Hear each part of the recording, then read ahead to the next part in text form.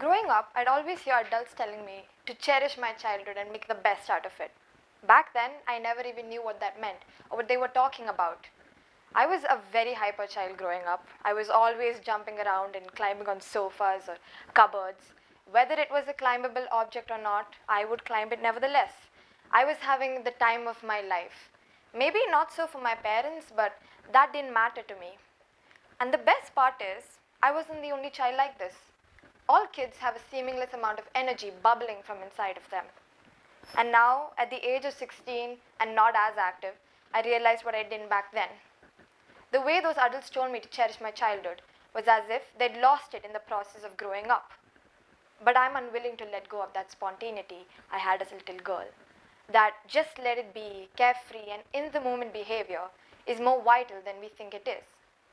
Now, losing my spontaneity was not a sudden occurrence, but rather a gradual process, and one which I was oblivious to for many, many years. It is that subtle theft that lots of us face without even recognizing that which was stolen from us. So, who is this little thief stealing our natural ability to be spontaneous? Well, for starters, it's not one person, but rather many. Society pushes us little by little into a box of standards and limits where we have to do dot to dot things in a particular manner. And the education system has a huge part to play in this, teaching us only to learn important subjects like science and maths, and then later on get stable jobs like a doctor or an engineer or a lawyer. And this continuous record keeps playing in our head till we're hypnotized to do something we're not meant to do, or be someone we're not meant to be. We're told to make schedules and plans and figure out way early on in life what we have to do.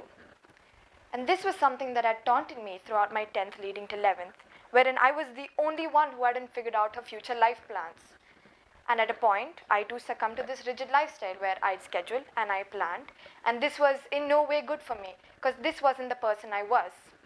And whenever I fell short of my scheduling, that oh my gosh, my day is messed up feeling would rise again. What rigidity does is make us creatures of habits. Whether it's a good habit or a bad habit doesn't matter.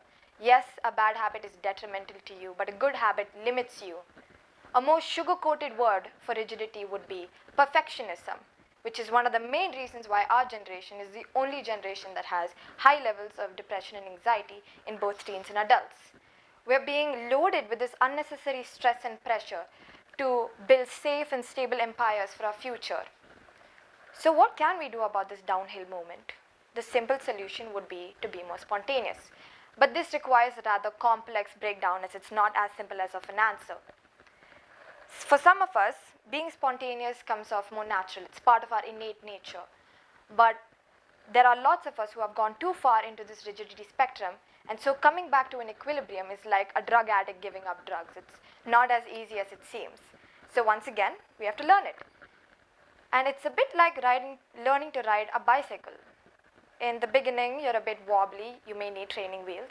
And then it comes to a point where you no longer need those training wheels. You probably use the support of your dad who pushes you while you ride it.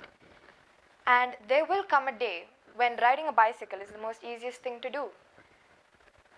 And it becomes a natural reflex.